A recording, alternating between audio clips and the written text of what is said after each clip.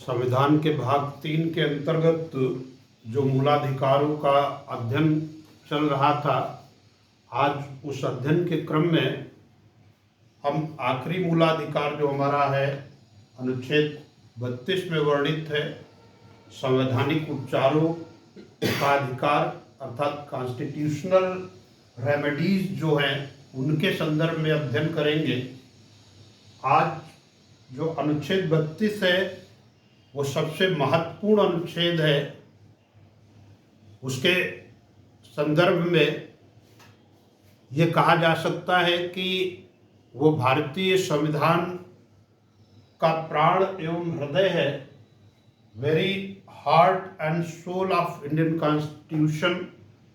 उसके पीछे एक जब डॉक्टर भीमराव अंबेडकर जी से पूछा गया कि वे संविधान के किस अनुच्छेद को सबसे अधिक महत्व देते हैं, तो उन्होंने अनुच्छेद 32 को सबसे महत्वपूर्ण अनुच्छेद बताया था, क्योंकि उनका मानना था कि अनुच्छेद 32 के अभाव में संविधान में जो नागरिकों को मूलाधिकार प्रदान किए गए हैं वो निरर्थक साबित होंगे, उनकी कोई प्रभावशीलता नहीं होगी। अर्थात ये कहे कि संविधान के अनुच्छेद 32 में वर्णित मूलाधिकार वस्तुतः इतना महत्वपूर्ण है कि शेष जो नागरिकों को मूलाधिकार दिए गए हैं उन्हें वो प्रभावी बनाता है। अतः इस अधिकार को जानना समझना हर व्यक्ति के लिए जरूरी है। न केवल जो प्रतियोगी छात्र हैं उनकी परीक्षाओं की दृष्टि से ये उपयोगी है, बल्कि ये कहिए कि हर आम और खास व्यक्ति को ये जानना चाहिए कि जो उन्हें मूलाधिकार संविधान द्वारा प्रदत्त हैं उनके रक्षार्थ, उनकी बहाली के लिए कॉन्स्टिट्यूशनल रेमेडीज के अंतर्गत क्या प्राविधान किए गए हैं। यही कारण है कि डॉक्टर भीमराव अंबेडकर ने अनुच्छेद 32 को भारतीय संविधान का प्राण एवं हृदय कहा था, very heart and soul of Indian constitution. वो डॉक्टर अंबेडकर के द्वारा जो सबसे ज़्यादा महत्वपूर्ण अनुच्छेद माना गया है वो अनुच्छेद 32 ही है। यहाँ पर अनुच्छेद 32 में जो प्राविधान है उसको समझ लेते हैं कि यदि किसी नागरिक के मूलाधिकारों का हनन होता है, नागरिक क्या, कोई व्यक्ति, किसी व्यक्ति के मूलाधिकारों का यदि हनन होता है तो वो अनुच्छेद 32 के तहत सीधे उच्चतम न्यायालय में अपील कर सकता है। उसे और कहीं किसी अधीनस्थ न्यायालय या उच्च न्यायालय में जाने की जरूरत नहीं, वह सीधे उच्चतम न्यायालय में अपील कर सकता है और न्यायालय मूलाधिकारों की बहाली के लिए जो संविधान में वर्णित 5 रिट हैं उनमें से आवश्यकता अनुसार कोई रिट जारी कर सकता है और जिस नागरिक के मूलाधिकारों का उल्लंघन हुआ है, हनन हुआ है, उसके मूलाधिकारों को बहाल कर सकता है। तो यहाँ पर एक और महत्वपूर्ण बात है कि अनुच्छेद 32 के तहत सर्वोच्च न्यायालय मूलाधिकारों का संरक्षक बन जाता है और मूलाधिकारों की दशा में ही जब हम अपील करेंगे तो उन अधिकारों की बहाली के लिए सर्वोच्च न्यायालय रिटें जारी करेगा। अन्य अधिकारों, अन्य चाहे संवैधानिक हो या सांविधिक अधिकार हो या अन्य भाग में जो संविधान में वर्णित है वो अधिकारों, उनके लिए अनुच्छेद 32 के तहत आप अपील नहीं कर सकते।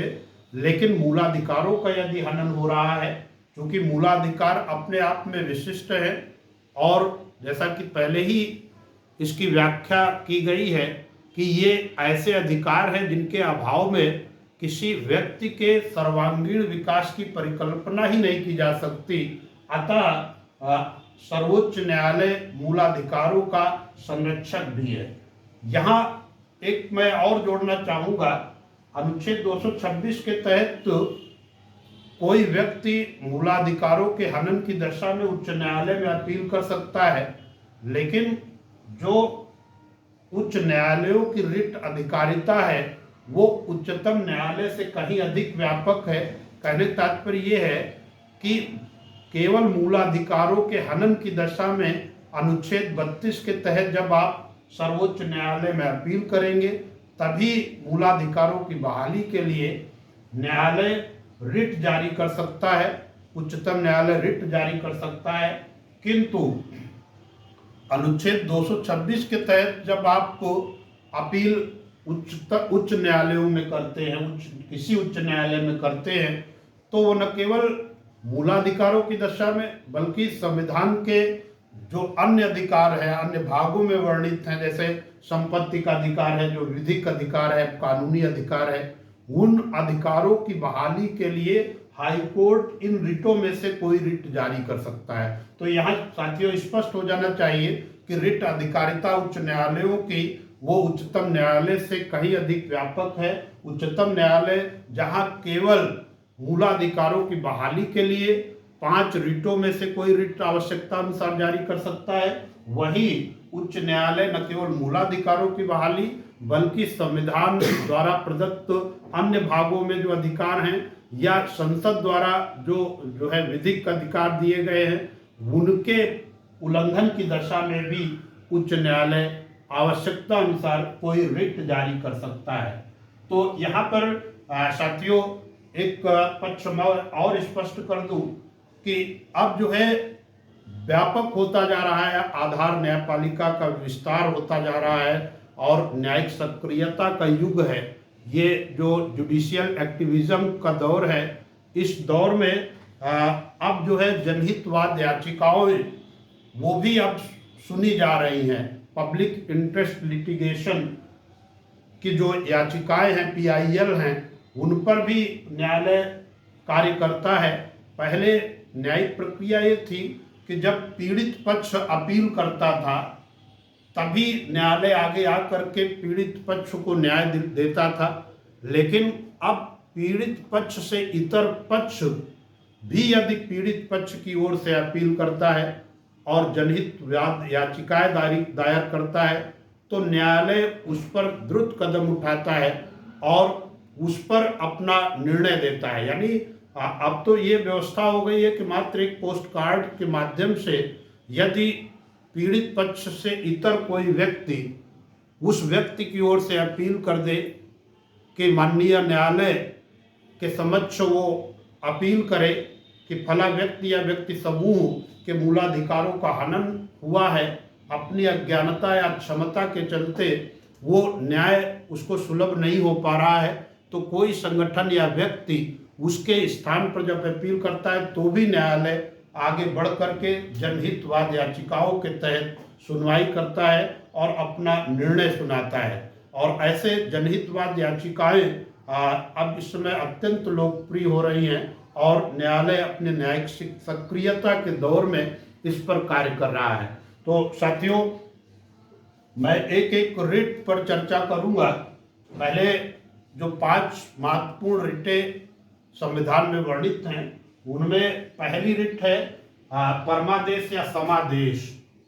परमादेश या समादेश ये लैटिन वर्ड मैंडामस का शाब्दिक अर्थ होता है हम आदेश देते हैं, अर्थात वी कमांड, हम आदेश देते हैं।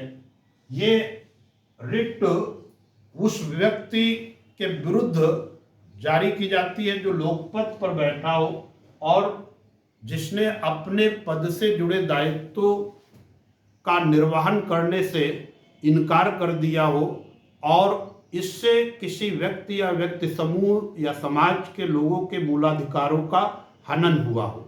तो ऐसे लोकपद पर बैठे व्यक्ति के विरुद्ध यह रिट जारी होगी जो अपने पद से जुड़े दायित्वों के निर्वहन को पूरा करने या दायित्वों के निर्वहन से इनकार कर दिया है और जिससे किसी व्यक्ति के मूलाधिकारों का हनन हुआ है। मान लीजिए उदाहरण के तौर पर यदि कोई ऐसा अधिकारी है जिसका दायित्व है कि वो प्रदूषण नियंत्रण करे, लेकिन वो प्रदूषण नियंत्रण में असफल रहता है और उससे जो जीवन का अधिकार किसी व्यक्ति को अनुच्छेद 21 के तहत प्राप्त है उसका उल्लंघन हो रहा है, तो ऐसे में उस व्यक्ति की अपील पर जो भी उस पद पर बैठा है व्यक्ति, उसके विरुद्ध ये परमादेश की रिट जारी हो जाएगी। और इस रिट के माध्यम से न्यायालय कहता है कि आप अपने पद से जुड़े दायित्वों और कर्तव्यों का पूर्ण निष्ठा और ईमानदारी से निर्वहन करें, अन्यथा की स्थिति में आपको दंडित किया जा सकता है। तो आप समझ सकते हैं कि परमादेश की रिट का उद्देश्य क्या है कि लोकपद पर जो बैठे लोग हैं उनको जो है उनमें कर्तव्य परायणता हो, वो अपने पद से जुड़े दायित्वों का निर्वहन करें और लोगों के मूलाधिकारों की रक्षा हो। इस उद्देश्य से ये परमादेश रिट या समादेश रिट लाई गई है। यहाँ पर साथियों दो अपवाद हैं। परमादेश के रिट वो जो है राष्ट्रपति और राज्यपाल के विरुद्ध जारी नहीं की जा सकती, क्योंकि ये जो है संवैधानिक पदों पर बैठे व्यक्ति हैं। कहने तात्पर्य ये है कि राष्ट्रपति राष्ट्र का राष्ट्राध्यक्ष है और उसके विरुद्ध जो है ये रिट जारी नहीं हो सकती। और इसी तरीके से देखा जाए तो राज्य का जो संवैधानिक प्रमुख है वो राज्यपाल है, और राज्यपाल चूंकि ये वास्तविक कार्यपालिका शक्ति ना तो राष्ट्रपति में है और ना ही राज्यपाल में है। वास्तविक कार्यपालिका शक्ति का प्रयोग प्रधानमंत्री और उसकी मंत्रिपरिषद करती है, और राज्यों में वास्तविक कार्यपालिका शक्ति का प्रयोग जो है मुख्यमंत्री और उसकी मंत्रिपरिषद करती है। तो ऐसी स्थिति में राष्ट्राध्यक्ष और राज्यों के जो संवैधानिक प्रमुख हैं उनके विरुद्ध न्यायालय ये रिट नहीं जारी करेगा। यहाँ पर एक और महत्वपूर्ण बात है कि ये रिट जो है निजी व्यक्तियों के विरुद्ध भी जारी नहीं की जा सकती है। जो निजी व्यक्ति हैं, प्राइवेट तौर पर कार्य कर रहे हैं, उनके विरुद्ध ये रिट नहीं जारी की जा सकती। परमादेश की रिट या समादेश की रिट केवल लोकपद पर बैठे व्यक्तियों के विरुद्ध ही जारी की जाती है। इसके बाद बंदी प्रत्यक्षीकरण रिट। देखिए ये बंदी प्रत्यक्षीकरण अर्थात हैबियस कॉर्पस रिट सर्वप्रथम इंग्लैंड में इस जो है प्रक्रिया को बंदी प्रत्यक्षीकरण एक एक्ट आया था और वहां पर ये लागू हुआ था। भारत में इसे संविधान में बड़ा उच्च स्थान दिया गया है। लैटिन शब्द हैबियस कॉर्पस का शाब्दिक अर्थ होता है सशरीर प्राप्त करना, और ये रिट जो है अवैध निरुद्धता की दशा में जारी होती है। यानी ये रिट चाहे निजी व्यक्ति हो या सरकारी लोकपद पर बैठा व्यक्ति हो या कोई संगठन हो जिसने किसी व्यक्ति को निरुद्ध कर लिया है, गिरफ्तार कर लिया है, उस व्यक्ति के विरुद्ध ये रिट जारी होती है। और इस रिट को जारी करके न्यायालय आदेश देता है कि निरुद्ध किए गए व्यक्ति को न्यायालय के समक्ष प्रस्तुत किया जाए ताकि उसकी निरुद्धता का कारण न्यायालय जान सके, और यदि निरुद्धता औचित्यपूर्ण नहीं है तो न्यायालय उसे मुक्त करने का आदेश देता है और जिसने गिरफ्तार किया है उसे हिदायत देता है कि भविष्य में ऐसी गतिविधि दोहराई नहीं जानी चाहिए, अन्यथा की स्थिति में वो भी दंड का पात्र होगा। यानी ये शारीरिक स्वतंत्रता की दृष्टि से अत्यंत महत्वपूर्ण रिट है और ये जो है लोकतंत्र में इसका बहुत महत्वपूर्ण स्थान है। संविधान में भी इसको बहुत महत्व दिया गया है। ये रिट केवल दो दशाओं में जारी नहीं हो सकती। दो अपवाद है, उन्हें भी समझ लेना चाहिए। बंदी प्रत्यक्षीकरण की रिट एक तो पहली बात तो ये है कि रिट ये शत्रु अन्य देशीय के मामले में जारी नहीं होगी। जो है अन्य देश का व्यक्ति हो और वो शत्रु भाव रखता हो भारत के साथ, तो ऐसे व्यक्ति के मामले में ये रिट नहीं जारी होगी। और दूसरा ये है कि निवारक निरोध के तहत, यानी जो प्रिवेंटिव डिटेंशन है, जैसे पोटा, टाडा, मीशा, ये जैसे हमारे जो है निवारक निरोध कानून थे देश के, इनके तहत अगर कोई निरोध की स्थिति में लिया जा रहा है। निवारक निरोध पर हमने अनुच्छेद 22 में जो है इस पर व्याख्या दी है कि अपराध किए जाने के पूर्व संदिग्ध व्यक्ति की गिरफ्तारी वस्तुतः निवारक निरोध है, प्रिवेंटिव डिटेंशन है। और यदि प्रिवेंटिव डिटेंशन की स्थिति में किसी व्यक्ति को निरुद्ध किया गया है तो उसे जो है उसके मामले में यह रिट जारी नहीं की जा सकती है। तो साथियों, ये ध्यान देना जरूरी है कि किन दो मामलों में हैबियस कॉर्पस की रिट जारी नहीं होगी, शत्रु अन्य देशीय के दशा में, और जो निवारक निरोध के अंतर्गत गिरफ्तार है उसकी दशा में ये रिट जारी नहीं हो सकती है। इसके बाद जो है ये एक प्रतिषेध और उत्प्रेषण दोनों को एक साथ समझ सकते हैं और उद्देश्य लगभग एक है, लेकिन प्रक्रिया की दृष्टि से इसमें अंतर है। जो प्रतिषेध अर्थात प्रोविशन रिट है वो वस्तुतः उच्चतम न्यायालय और उच्च न्यायालयों द्वारा अपने अधीनस्थ न्यायालयों के विरुद्ध उस समय जारी की जाती है जब अधीनस्थ न्यायालय अपने क्षेत्राधिकार से परे रहते हुए किसी मामले की सुनवाई कर रहे होते हैं। यानी बियॉन्ड जुरिडिक्शन वो जो है मामला अंडर ट्रायल होता है। और इस जब भी यानी अंडर ट्रायल ऑनगोइंग ट्रायल है तो ऐसी दशा में उच्चतम न्यायालय अथवा उच्च न्यायालय अपने अधीनस्थ न्यायालय के विरुद्ध रिट जारी कर देता है। और इस रिट का उद्देश्य ये होता है कि जो क्षेत्राधिकार हैं उच्चतम न्यायालय के या उच्च न्यायालय के, उसमें अधीनस्थ न्यायालयों के अतिक्रमण को रोकना ही इसका उद्देश्य है।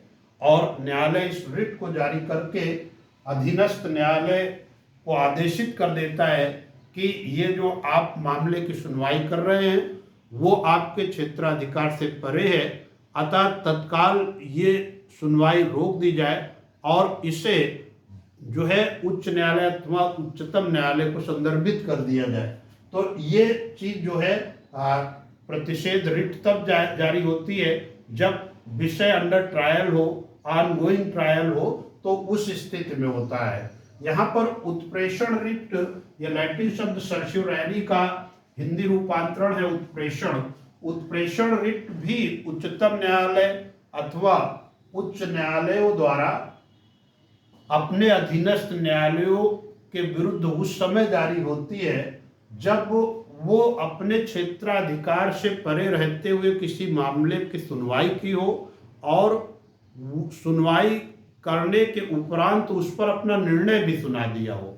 यानी मामले पर निर्णय भी हो गया हो, तब चूंकि ये क्षेत्राधिकार से परे मामला था उस पर जो है सुनवाई की गई है, अतः न्यायालय कहता है कि जो भी निर्णय दिया गया है वो अब अप्रभावी है, वो नल एंड वॉइड है, वो निर्णय मान्य नहीं है। और इस तरीके से दोनों के बीच एक बहुत बारीक अंतर है। प्रतिषेध और उत्प्रेषण रिट में दोनों ही रिटें उच्चतम न्यायालय अथवा उच्च न्यायालय द्वारा अपने अधीनस्थ न्यायालयों के विरुद्ध जारी होती हैं, लेकिन जो प्रतिषेध रिट है वो उस समय जारी होती है जब विषय अंडर ट्रायल हो, अर्थात मामले की सुनवाई चल रही हो। और उत्प्रेषण रिट उस समय जारी होती है जब क्षेत्राधिकार से परे रहते हुए मामले की सुनवाई हो गई हो और उस पर अधीनस्थ न्यायालय ने निर्णय भी दे दिया गया हो। तो ऐसी दशा में ये कह लीजिए कि ये जो है अंडर ट्रायल केस के लिए है और ये जो है विषय पर निर्णय सुनाए जाने के लिए है। यानी जो भी निर्णय सुनाया गया है उसको अप्रभावी घोषित कर देता है उच्चतम न्यायालय या उच्च न्यायालय, नल एंड वॉइड घोषित कर देता है। तो दोनों का एक बारीक अंतर है, वो स्पष्ट हो गया होगा। अब इसके बाद अधिकार प्रच्छा, ये हमारी अंतिम 5वीं रिट है, अधिकार प्रच्छा क्यू वारंटो। इसको भी समझ लेना चाहिए। ये वस्तुतः अनाधिकृत तरीके से जो लोग लोकपद को हथियाने का प्रयास करते हैं, लोक पदों पर कब्जा करने का प्रयास करते हैं, तो उसके लिए संविधान में एक संरक्षण दिया गया है। और जब लोक पदों को अनाधिकृत तरीके से हथियाते हैं तो निश्चित रूप से किसी व्यक्ति के मूलाधिकारों का हनन होता है। तो ऐसी दशा में उच्चतम न्यायालय, उच्च न्यायालय क्यू वारंटों की रिट जारी कर देते हैं, अधिकार परीक्षा की रिट जारी कर देते हैं। अनाधिकृत तरीके से जिस व्यक्ति ने किसी लोकपद को हथिया लिया है, तो इस रिट को जारी करके उच्चतम न्यायालय, उच्च न्यायालय आदेश देता है कि तत्काल उस लोकपद को त्याग दिया जाए, अन्यथा की स्थिति में कार्यवाही की जाएगी। तो ये जो है लोकपदों पर जो अतिक्रमण इलीगल वे में लोग करते हैं, उनके विरुद्ध एक संरक्षण है। ये पांचों रिटें जो है पूर्ण हुई। अनुच्छेद 32 के संदर्भ में पुनः चर्चा कर दें कि अनुच्छेद 32 इतना महत्वपूर्ण है कि इसे कहा गया है कि जो मूलाधिकार रूपी मेहराब है उसकी एक आधारशिला है ये अनुच्छेद 32।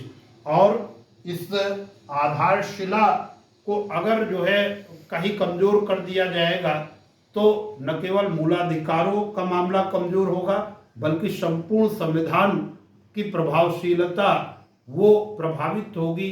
अतः यही कारण है कि अनुच्छेद 32 को सबसे महत्वपूर्ण माना गया। इसे भारतीय संविधान का प्राण एवं हृदय कहा गया। साथियों, आज की कक्षा में जो मैं पूर्ण कर रहा हूँ और इसको समझ लेंगे, ये जो है पार्ट न केवल प्रारंभिक परीक्षाओं के लिए उपयोगी है, बल्कि ये जो है मुख्य परीक्षा के लिए भी अत्यंत उपयोगी है। आप सभी लोग ऐसे ही आगे बढ़ते रहें, तैयारी करते रहें और जो है सफलता के नित्य नए मुकाम हासिल करते रहें। रास्ते लाख कठिन आए गुजर जाऊंगा, और हौसला हार के बैठा तो मर जाऊंगा, और अंधेरे लाख रोके रास्ता मेरा, मैं जहाँ जाऊंगा रोशनी ले जाऊंगा। इन्हीं शब्दों के साथ जय हिंद, जय भारत।